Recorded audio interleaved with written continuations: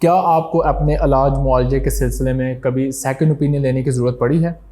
Medical terminology में हम second opinion लेने का लफ्ज़ उस वक्त यूज़ करते हैं जब फॉर एग्ज़ाम्पल एक गुर्दे का मरीज़ किसी गुर्दे के स्पेशलिस्ट को दिखा रहा है।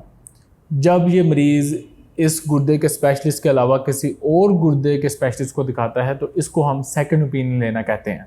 सेकंड ओपिनियन हर मरीज़ का हक है और ये पूरी दुनिया में यूज़ की जाती है।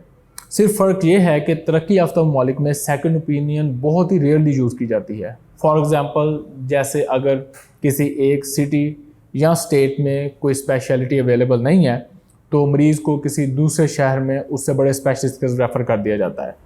या अगर किसी सर्जन की स्किल अपने एरिया में लिमिटेड है तो किसी अच्छे सर्जन की उसी स्पेशलिटी के अच्छे सर्जन की स्किल को यूज़ करने के लिए वो सर्जन खुद ही अपने पेशेंट को दूसरे सर्जन के पास भेजता है। पाकिस्तान में क्योंकि कॉन्टेक्स्ट डिफरेंट है इसलिए सेकंड ओपिनियन बहुत कॉमनली यूज़ किया जाता है, बल्कि कुछ मरीज़ तो कुछ दिन भी अपनी ट्रीटमेंट मुकम्मल नहीं करते और सेकंड ओपिनियन के लिए दूसरे डॉक्टर की तरफ चल पड़ते हैं। और इसकी कुछ वजूहात हैं जिनमें से सबसे पहला है कि हमारे पाकिस्तान में डॉक्टर्स बाज़ औक़ात मुकम्मल क्वालिफाइड नहीं होते या आपको नहीं पता होता कि वो क्वालिफाइड हैं या नहीं।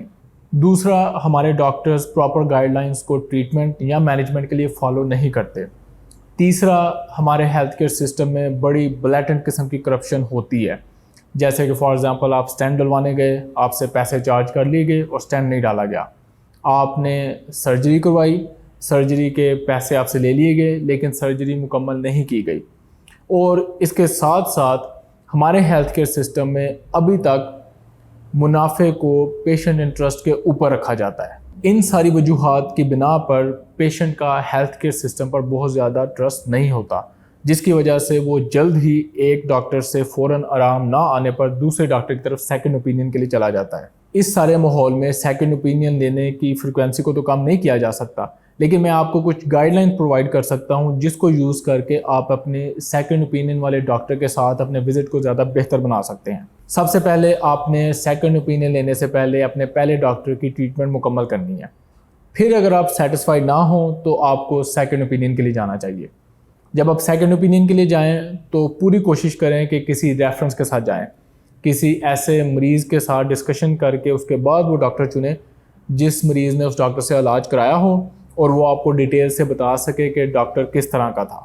अब इस सेकंड ओपिनियन वाले डॉक्टर को सिलेक्ट करने के सिलसिले में आपने सिर्फ गूगल पे उसके स्टार नहीं देखने, ना ही आपने सारे हेल्थ फोरम्स पे उसके रिव्यूज़ के नंबर देखने हैं और ना ही आपने पेशेंट के सिर्फ खुश होने पर खुश हो जाना है।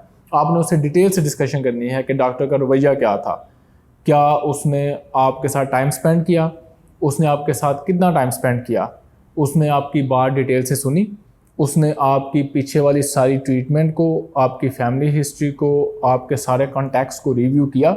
इससे पता चलेगा कि वो डॉक्टर ये जानता है कि एक पेशेंट मेरे पास सेकंड ओपिनियन देने के लिए काफ़ी डॉक्टरों के पास होने के बाद आया है और मुझे तसल्ली से इसका सारा रैकेट रिव्यू करके एक मुकम्मल नया ट्रीटमेंट और मैनेजमेंट प्लान देना है जो कि इसकी सेहत को भी बेहतर बनाए और इसको सेटिस्फाइड भी करे।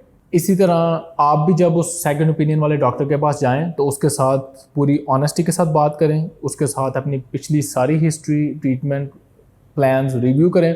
अगर आपने पिछले डॉक्टर की बात मुकम्मल तौर पर फॉलो नहीं की थी वो भी उसके साथ ज़रूर शेयर करें, क्यों नहीं की थी, क्या बैरियर्स थे, वो भी उसको ज़रूर बताएं। और लास्टली सेकंड ओपिनियन वाले डॉक्टर के पास इवन आप अगर रेफरेंस के साथ भी जाएँ तो आपने पे ज़रूर करना है, क्योंकि अगर आप पे नहीं करेंगे और पहले ही 2 दर्जन डॉक्टरों की प्रिस्क्रिप्शन लेके जाएंगे तो वो यही समझेगा कि पेशेंट सिर्फ चलता फिरता आके बात करने आया है। लेकिन जब आप प्रॉपर फ़ीस दे के मुकम्मल फॉर्मेलिटी के साथ जाएंगे तो उसको भी कंसर्न होगा कि ये पेशेंट अपनी सेहत के बारे में कंसर्न है और ये पूरे डॉक्टर की पिछली ट्रीटमेंट फेलियर के बाद ही मेरे पास आया है। सेकंड ओपिनियन लेना आपका हक है, लेकिन इसको ज़रूरत के तौर पर यूज़ करें, आदत के तौर पर यूज़ ना करें और जो गाइडलाइंस मैंने आपको बताई हैं उसको फॉलो करके इसको प्रॉपर तरीके से अपनाएं।